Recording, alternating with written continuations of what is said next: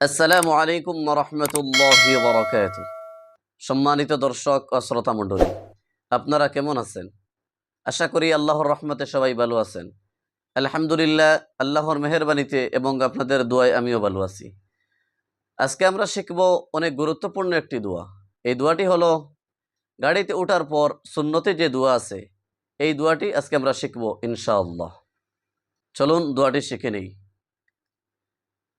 আলহামদুলিল্লাহ, আলহামদুলিল্লাহ, আলহামদুলিল্লাহ, তিনবার পড়বেন।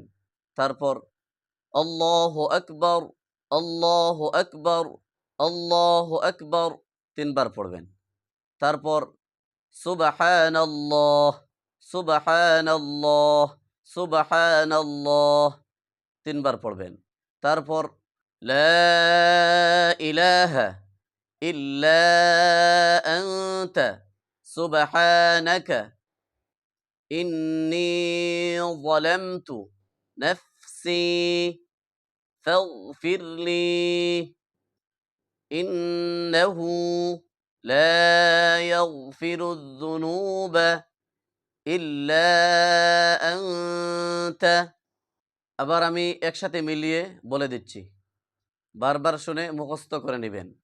আলহামদুলিল্লাহ, আলহামদুলিল্লাহ, আলহামদুলিল্লাহ, তিনবার পড়বেন। তারপর আল্লাহু আকবার, আল্লাহু আকবার, আল্লাহু আকবার, তিনবার পড়বেন।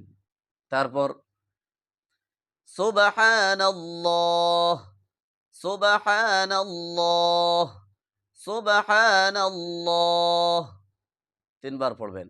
তারপর লা ইলাহা ইল্লা আনতা সুবহানাকা ইন্নী যালামতু নাফসি ফাগফিরলি ইন্নাহু লা ইয়াগফিরুয যুনুবা ইল্লা আনতা।